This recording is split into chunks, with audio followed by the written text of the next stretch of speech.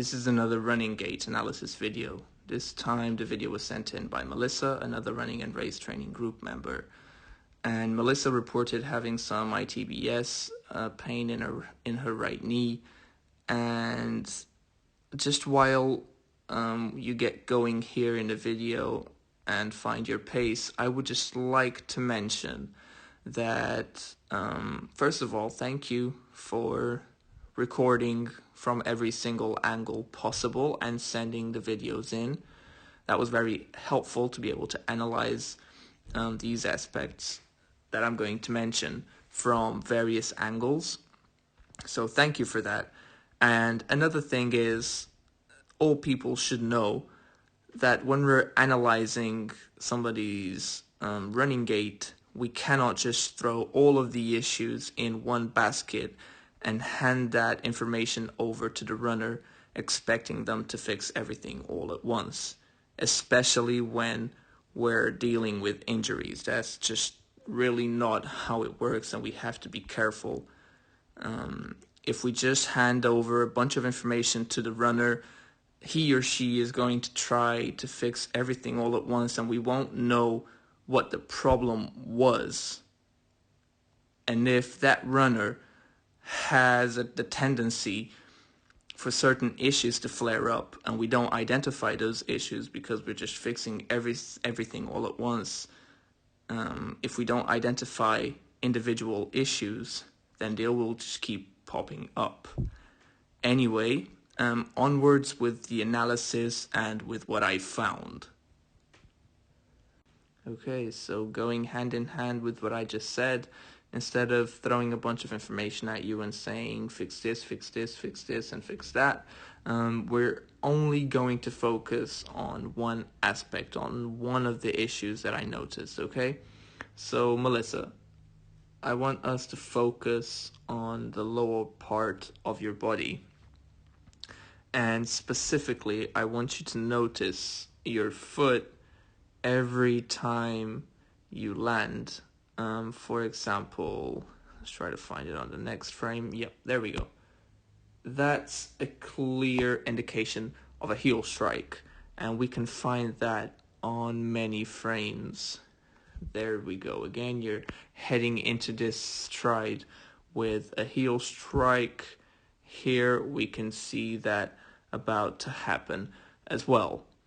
Now, heel striking has been debunked. It's not an issue, or it's not a major issue for a lot of runners, but it is an issue for a few runners. Why?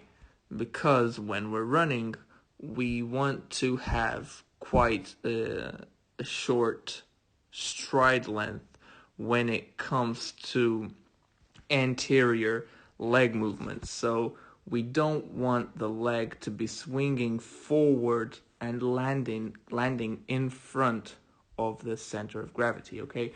We want to be under our hips as much as comfortably possible.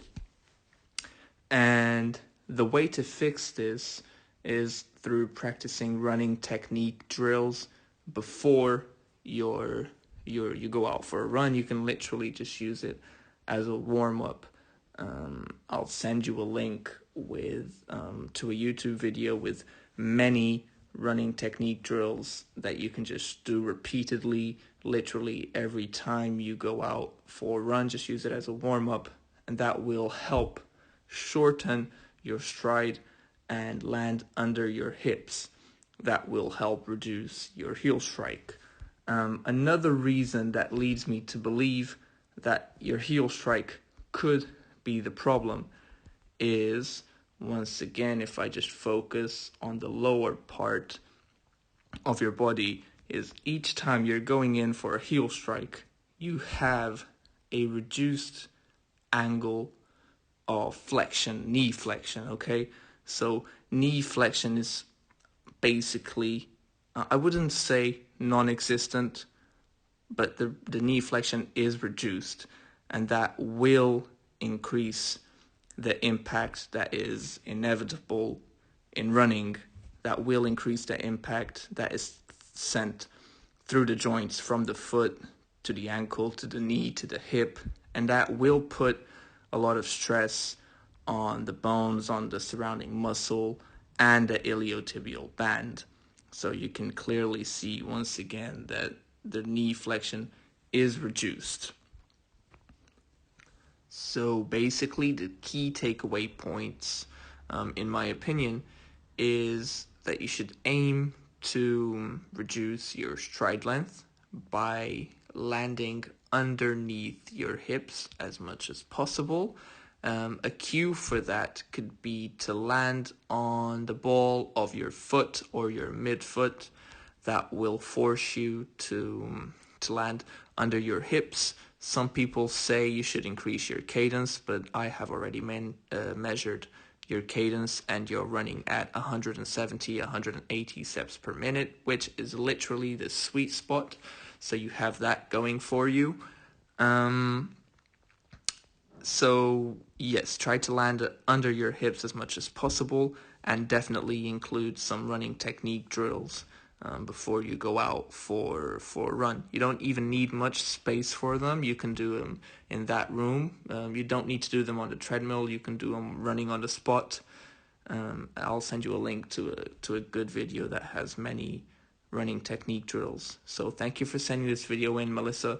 Sorry it took such a long time, and if you have any follow-up questions, let me know, and I will try to help. Thank you.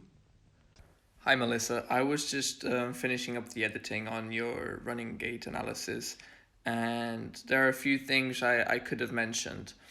Basically, you should take a few weeks, not completely off of running, but maybe easing up, running less miles, running at an easier pace, not going too hard. This is because you should definitely prioritize recovery instead of persisting through the pain.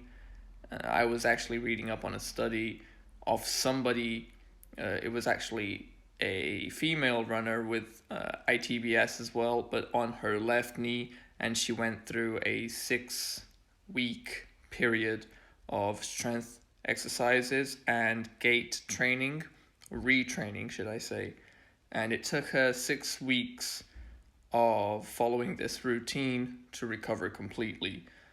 So yeah, proceed with care, don't get discouraged, and definitely be patient.